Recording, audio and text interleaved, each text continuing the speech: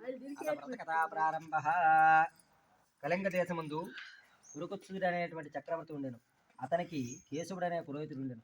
అతను రాజుబారి అయిన సుశీలము అనేక వ్రతాలు ఉపదేశించుతూ ఆమె చేత వ్రతాలు సమాప్తి చేస్తూ ఉండేది. కానీ చిత్రగుప్తుల వ్రతం ఉపదేశించడం మరిచింది. ఈ బ్రాహ్మణుని భార్య లోగడ తన భర్త వలన చిత్రగుప్తుల వ్రతం పట్టి ఉద్యాపన చేసి సంవత్సర అక్షంతలు వేస్తున్నది. ఇంతకు మించి మరో పుణ్యకారం కనిపించదు. ఇట్లుండగా కొన్నాళ్లకు బ్రాహ్మణుని భార్య మృతి చెందింది.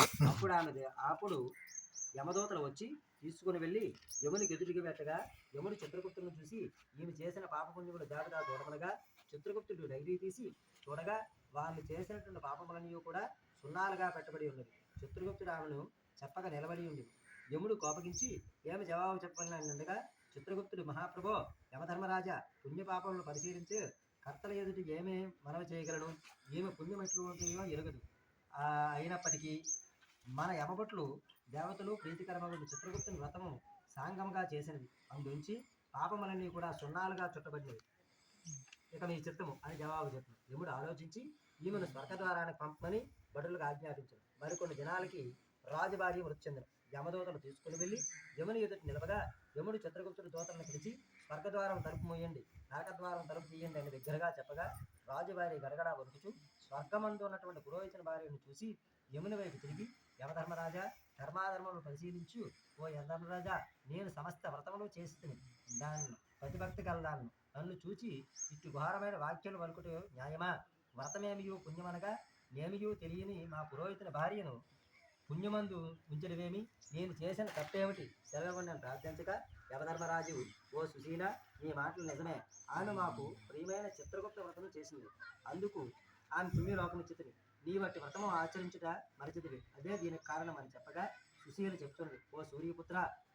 ఓ సూర్యపుత్ర ధర్మ మార్గులు నడుపువాడా, మహా తేజస్సు కలవాడా, ఓ ధర్మరాజా నా ఎందు దయ కలిగి నన్ను విడిచిపెట్టినా నేను వెళ్ళి మా పురోహితుని వలన ఈ వ్రతము తెలుసుకుని వ్రతము చేసేది సెలవుమని అడగ్గా యముడు ఓ సుశీల నీకు వరమిచ్చుచున్నాను.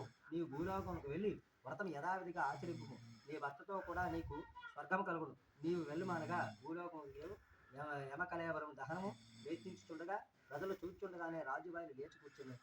రాజు మొదలుగా అందరూ కూడా ఆశ్చర్యం పొందిరు. ఆమె వలన జరిగిన వృత్తాంతమంతా తెలుసుకుని ఆమెను కొనియాడారు. రాజుభార్య పురోహితుని పిలిచి అయ్యా నీ భార్యకు ఉపదేశించిన చిత్రగుప్త వ్రతము నా చేత చేయించమని ఫలం పొందించమనగా బ్రాహ్మణుడు వ్రత విధానమును అంతయు కూడా ఆమెకు ఉపదేశించి ఆమె వలన వ్రతము చేయించను. కొంతకాలానికి ఆమె ఇహలోక సుఖములను అందించి అంచెమంది మోక్షాలను కూడా పొందింది. భర్తతో కూడా స్వర్గానికి వెళ్ళడం జరిగింది. ఈ కథ ఉద్యాపనం. నాగశుద్ధ సప్తమ నాడు ఉదయాన్నే లేచి స్నానం చేసి ఇళ్ళకి ముగ్గు పెట్టి పురోహితుని పిలిపించి కాళ్ళు కడిగి అతని వలన విఘ్నేశ్వర పూజ పుణ్యావాదనము గావించి కట్టలేని గంప తెచ్చి దాని నిండా ధాన్యం పోసి దానికి దోవతలు చాపా చుట్టి అందుపై చిత్రగుప్తుని యమధర్మరాజులను సూర్యనారాయణమూర్తిని బ్రహ్మాది పంచలోకపాలకులను ఆవాహన చేసి పూజ చేసి రక్త పుష్ప గంధాక్షుల చేత పూజ చేసి వెండి తాటాకు బంగారు గంటము నుంచి తాటి ఆకుపైన చిత్రగుప్తుని వ్రతం పట్టినాను అని వ్రాయించి చిత్రగుప్తుని సన్నిధిని బంగారపు ఒత్తి వెండి ప్రమితితో దీపం ఉంచి గుమ్మడి పండుపై శక్తి పెంచన లేకుండా దక్షిణ తాంబాలతో కూడిన బ్రాహ్మణులకు దానమివ్వలను.